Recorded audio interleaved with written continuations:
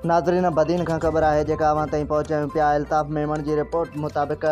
बदीन दरगाह शेख उमर जे रहवासी अदनान कादिर चांडियो लॻायल इल्ज़ामनि जी तरदीद कंदे national press club ते प्रेस कॉन्फ्रेंस कई आहे। बदीन शेख उमर दरगाह जे लॻ ॻोठ मोहम्मद खान चांडियो जे रहवासी अदनान कादिर वल्द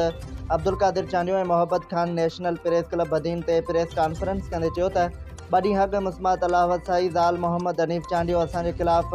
प्रेस कॉन्फ्रेंस कंदे इल्ज़ाम लगायो हो त अदनान कादिर ऐं मोहब्बत खान चांडियो असांजे घरनि खे बाहि ॾिनी आहे, जंहिं बाबति असां अलाह खे हाज़ुर नाज़ुर थी बयान ॾियूं था त बाहि ॾियण जे वाक़े सां असांजो को बि तालुक़ु न आहे,